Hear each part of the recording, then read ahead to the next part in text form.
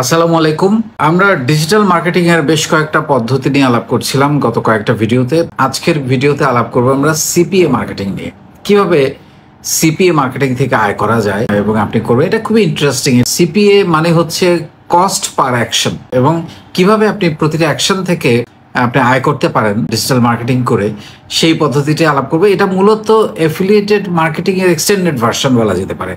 কারণ affiliated marketing এ আপনি আপনার ওয়েবসাইটে অন্যের প্রোডাক্টকে এনে মার্কেটিং করে আপনি পার লিড বা পার অর্ডার আপনি সেলস কমিশন পেতে পারেন। এইখানে আপনি সেল না করেও আপনি ইনকাম করতে পারেন। এবং সেটা কিভাবে? সেটা হচ্ছে আপনি ধরেন একটা প্রোডাক্টের প্রমোশন হবে, একটা প্রোডাক্টের সার্ভে হবে, নতুন প্রোডাক্ট আসবে সেটার জন্য সার্ভে হবে, তারপরে ধরেন কোনো একটা অ্যাপে ডাউনলোড করতে হবে, এরকম অনেকগুলো ওয়ে আছে। ফর্ম ফিল আপ করতে হবে, নানান রকম সার্ভের জন্য ফর্ম ফিল আপ করতে হয়। তো এই জিনিসগুলো করেও কিন্তু এই সিপিএ মার্কেটিং, যেটাকে বলে কস্ট পার অ্যাকশন মার্কেটিং, থেকে আপনি আয় করতে পারেন।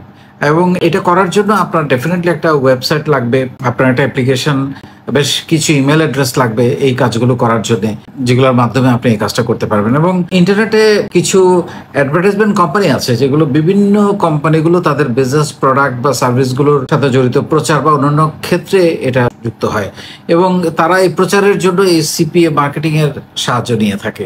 এবং এইটা করার জন্য সিপিএ মার্কেটিং গুলোর কি কি হয়, যেমন আমরা যদি কয়েকটা কাজের উদাহরণ দিই, যেমন কোম্পানির ইমেল নিউজ লেটার সাবস্ক্রাইব করা। অনেক সময় আপনি দেখবেন কোনো একটা কিছু ফিল আপ করতে গেলে আপনাকে ওখানে বলা হয় যে আপনি সবসময় এদের বিভিন্ন প্রোডাক্ট প্রমোশন, নতুন প্রোডাক্ট আসলে আপডেট পেতে চান কিনা। সেখানে ক্লিক করলে কিন্তু আপনি সবসময় তাদের প্রোডাক্টের আপডেট পেতে থাকেন।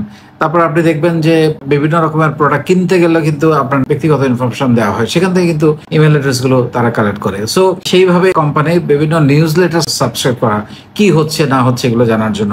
আর একটা হচ্ছে ফর্ম ফিল আপের ক্ষেত্রে তথ্য প্রদান। যেমন আপনাকে কোনো একটা সার্ভে করার জন্য একটা ফর্ম ফিল আপ করতে দেওয়া হলো, সেখান থেকে, বা কোনো একটা কাজের জন্য ফর্ম ফিল আপ দেওয়া, বা কোনো একটা গবেষণার জন্য ফর্ম ফিল আপ করতে দেওয়া হলো, বা কোনো একটা ইভ্যালুয়েশনের জন্য ফর্ম ফিল আপ করলো, সেখানে আপনি যে তথ্যগুলো দিবেন এই তথ্যগুলো কালেক্ট করাও কিন্তু এই কস্ট পার অ্যাকশন বা সিপিএ মার্কেটিং। কারণ প্রতিটা ফর্মের এগেনস্টে একটা পেমেন্ট দেওয়া হয়। তারপরে সার্ভে করার জন্য, যেটা একটু আগে বলা হলো, যে কোনো একটা প্রোডাক্টের বা সার্ভিসের লঞ্চ করার জন্য কোনো একটা সার্ভে, বা প্রোডাক্ট লঞ্চ করার পর আফটার সার্ভে হতে পারে, প্রোডাক্টটা কেমন, বা কাস্টমার কেয়ার নিয়ে সার্ভে হতে পারে, নানান রকম সার্ভে হতে পারে। এই সার্ভেগুলোর জন্য কিন্তু এই সিপিএ মার্কেটিংটা বেশ কাজে দেয়। তারপর হচ্ছে সফটওয়্যার অ্যাপ্লিকেশন, এটার ডাউনলোড, কত বেশি ডাউনলোড করা যায় সেটার জন্য কিন্তু সিপিএ মার্কেটিং এর সাহায্য নেওয়া হয়, এবং তারা মার্কেটিং করে ডাউনলোডটা তারা বাড়ায়। বিশেষ করে স্টার্ট আপ কোম্পানিগুলোতে, বা নতুন কোনো সফটওয়্যার আসলে বা কোনো অ্যাপ্লিকেশন আসলে, সেগুলোর ক্ষেত্রে এটা খুবই কাজ লাগে। আরেকটা হচ্ছে লাইভ চ্যাটিং ওয়েবসাইটে রেজিস্টার করানো। লাইভ চ্যাটিং ওয়েবসাইটে রেজিস্টার করানো, এটাও কিন্তু সিপিএ মার্কেটিং এর একটা কাজের অংশ। সো এইসব কাজ করেও কিন্তু নানানভাবে ইনকাম করা যায়, এবং এটা আউটসোর্সিং এর একটা অংশ।